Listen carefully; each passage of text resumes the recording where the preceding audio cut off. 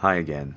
Alright, this is going to be the last vlog today. Might as well just get some content out there because, yeah, I don't know if I'm going to be streaming or not, but I probably will. Who knows? But this is another question that gets commonly asked, and I thought I should answer that as well. I didn't start off in YouTube gaming, actually, at all. I started off on a little known website known as Twitch. And I was exceptionally lucky on Twitch. In the, you know, years, the 2 years I think I was there, a year and a half, 2 years, and I just went into my third year of streaming. So year and a half, about maybe a little bit more than a year and a half. I started off on Twitch, and I had some very good growth. I was very lucky. I adopted the PlayStation Network streaming thing very, early on. I played a relatively popular game that had interactivity into it, which was Tomb Raider, and I pretty much went with that. Um, and people ask me like, "Why'd you leave?" Because by the end of it, I had 1,387, whatever, 10% of the people that would come to the stream would stay and come back often. Why would I leave that behind? And that's a very good question. It's a complicated question, but it is a culmination of things. And I have nothing against Twitch. I don't. I have nothing against the people that still use it. Um, but there's always quips and quarrels that come with it. I'm an interactive streamer, and I can play a game anytime that I want. Anybody can play a game that they want at any time as long as they have it. And I don't stream because I'm particularly gifted at a game, or I think I'm gifted at a game, or whatever it may be. I'm not the top 1%. It's very difficult to say that anybody is the top 1% for anything. But I don't know, maybe I should just break it down. Um, I got lucky. That's all it was. It was a lucky mistake. I started streaming by luck, by chance, and I took off by chance. I got huge success, unheard of success for, I think, my third day of streaming for only about an hour and a half. I got 80 people in Tomb Raider. On Tomb Raider. I got lucky. I had no camera. I had no experience. I just did what I usually did when I was a kid and somebody else was, watching me play a game because it was a two-player. I kind of always had taught to my friends. Gaming has always been an experience with my friends, so I just kind of did my typical spiel and it worked for some reason. I don't know why it worked. I can't put down to why it worked. I wasn't the most successful streamer. I wasn't really well known through a huge, vast amount of people. Um, but what I found was that I don't know. I didn't feel fulfilled on Twitch after a certain point. You get your beginner's high, I guess you would call it, where you want to stream. But I streamed every single day. It was the software at the time wasn't very great at notifying people, and I was very anti-social media a couple of years ago, and now you can't get me off of it. But we all change as people. So a lot of people would miss the streams. I would range anywhere between 3 to 250 people on Twitch. There was times where I would be the number one in a game, or I'd be the very bottom. It just wasn't very consistent, and um, not to say that my audience, because there are some great people that I've met and people that would follow me from game to game no matter what I did. It just seemed as soon as I changed a game, I changed my entire audience. I would go from, hey, yeah, Narrcost, you're great, woohoo, those typical things that you would typically hear, your typical fandom. Um, to, you're a fat piece of shit, asshole, just like that. It seemed like it was more toxic, to me, and that it just didn't vary well. It made it was, I don't know what it was. And it kind of went all over the place, and that kind of sort of inconsistency starts to take a toll on you, because in Twitch it's really about the numbers. If you're not hitting those numbers, you're not getting the visibility. So even if the people were saying like, "Oh man, you're fantastic," was true, it wouldn't show unless those people decided to show up. And a lot of the times with the Twitch app and the Twitch notifications is that it wouldn't be live. It'd be sent to an email. And a lot of people don't read their emails, regularly.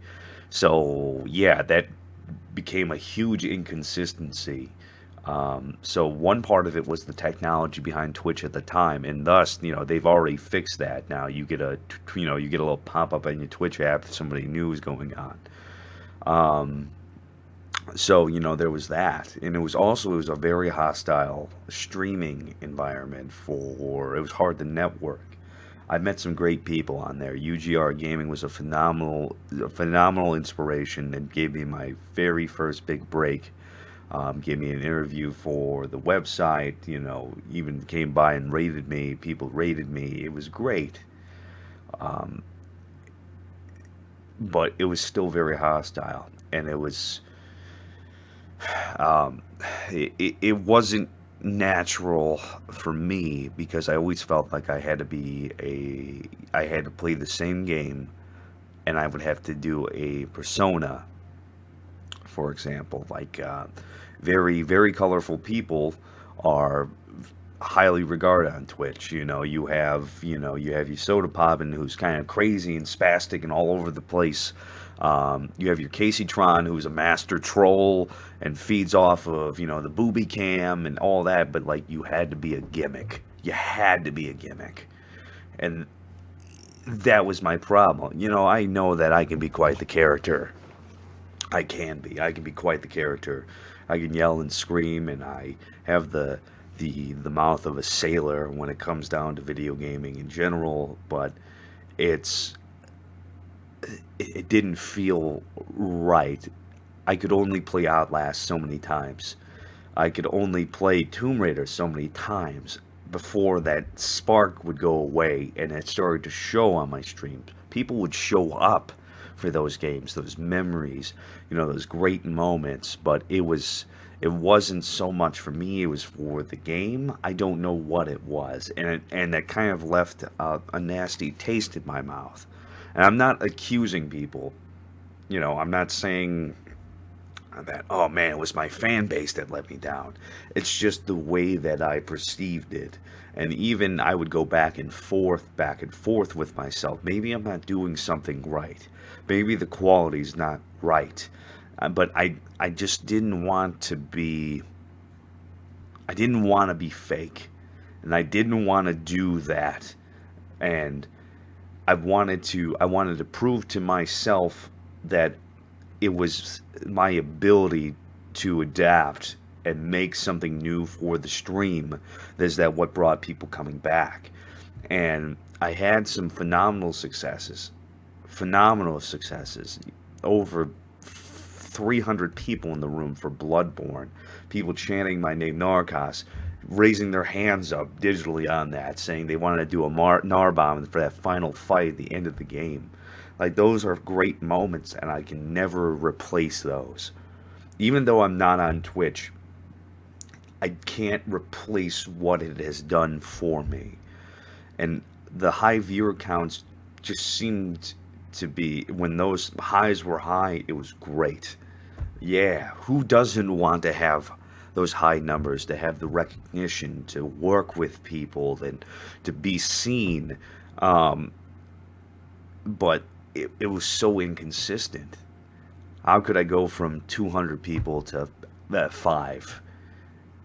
Was it me? Those are the things that knock down at your psyche when you're doing these sort of things. And it always seemed like if I was down, everybody else was way up. and it was like it was weird, and I couldn't seem to get that traction. Maybe that's what it was. But and it kind of all stemmed down to, I went to a Twitch meetup, and I got to hear some of the people that were very successful and the bureaucracy of it. And it kind of stemmed in because there's people that actually had whole teams to support them on Twitch. Teams of people, their editors, their camera guys, there was that. It was a small time shop trying to go against Walmart, essentially. You have a big giant corporation, not a corporation, but a team of people that were getting these huge boosts. They were getting, funding from their sponsors, and it was really hard to break through that numbers game again.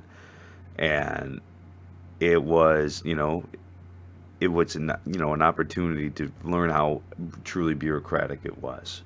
And it was by this time, actually, it was very shortly after that I heard about YouTube gaming coming out and said, this has got to be the one thing, because I wasn't going to make it. I was actually planning on retiring because I couldn't keep up at the pace anymore. I streamed every single day, but people would come around saying like, hey, I haven't seen you in forever. But I had been streaming every single day from 7 o'clock to about 9 o'clock every single day, but nobody seemed to get it because the email system at that given time, the notification system at that given time, and then the fact that I couldn't use the full potential. I invested a lot of money. I'm not gonna. That's also another thing. I invested a lot of money to make my stream qualities the best as I can. That green screen behind me was not free. The video games on my shelf were not free. The consoles that I purchased were not free, but I couldn't use any of those because of Twitch's servers not allowing it until you get a certain amount of people in your room. So there was constant buffering. There was, they were using Flash, which was been outdated and was outdated, and they've now gone to HTML5. And on a nerdier spectrum, like that's how it worked. So my quality, my computer that I bought, the monitors that I bought, I couldn't use them all to its true potential. I couldn't grow because I didn't have the numbers to push me to grow. So it was a lot of that. It was just the bureaucracy of it. And when YouTube gaming came out and they said, hey, everybody has unlimited latency, essentially. You can do 1080p and 60 frames per second. You can do whatever you want. I, of course, would jump on that. And I left a lot of people behind. I only gave maybe a 2 weeks notice because to me, it didn't matter. Most of those people had stopped coming around anyways, or had, just moved on. So I thought, well, this is my one opportunity to go ahead and go to YouTube gaming. And a lot of people said, hey, why the hell are you going to do that? You're throwing away that huge number, that 13, whatever I have. But really, it was quantity over quality. There was a lot of just nothing. I wasn't playing a certain game, certain people wouldn't come around. That's just all there was to it. And I guess I'm getting into a rant, but that's just what it was. I wanted a new start. I wanted to do it right. This is my last hurrah, and if it wasn't going to work out on YouTube gaming, I was just going to call it quits, just have all this nice gear, and I was probably just going to go and give it away anyways to somebody else who wanted to get it started. And that's what my plan was. But when it came around and YouTube gaming came around in its very early stages, I had yet again another huge success. People came by. People came by and they loved it and they subscribed and they kept on subscribing. We went from 138 people to almost 600 from August. That's pretty damn good for somebody who's just streaming, and I don't do any of the fancy thumbnails. I'm not that gifted when it comes to these things, but it happened again. And it keeps on happening. And when I got raided by a dreaded shadow, I got to meet all these other people. Lord Rage, the Finch, all these other people that were phenomenal Twitch streamers, they came over. They saw this potential and they found a new home here. And so I decided to throw off retirement and to keep on going. And the response has been wonderful. So really, it just came down to it was just not the right time for me. I came into a super saturated market and I could not compete with what was out there. I didn't have that unique character. I didn't want to play a character. That's why I left Twitch. And, I I have nothing against Twitch, and I have nothing against the people that still use Twitch, and the people that I've met on Twitch because they're wonderful, and I still talk to them to this day. Even got an invitation to go to another Twitch meetup, even though I've been on YouTube gaming since. And I might be going. Who knows? Uh, it's just, yeah, YouTube gaming seems to be a better fit for me, and I'll miss the Twitch family. I really will. And if you guys just so happen to stumble across it, nice seeing you again. And if you don't, I still appreciate you. Every single person I have appreciated. And I probably will still recognize your username because I'm so grateful for what you guys have done. But, yeah, that's why I left. It was just a mixture of things. Bureaucracy, the competition, the saturation, and I'm here. So I want to move on. I want to build. I want to grow from here and see what this next year, 2016, can provide because, God forbid, that last quarter of 2015 was amazing. So hopefully this is the last vlog and I can stop annoying you guys, but now at least you have something to watch, and this one's a little bit long-winded. So feel free to leave a comment down below. I encourage it. Feel free to reach out to me on Twitter, and we will go from here. Let's grow this Narrcost Nation thing together, and I'll hopefully see you on the other side. Sayonara.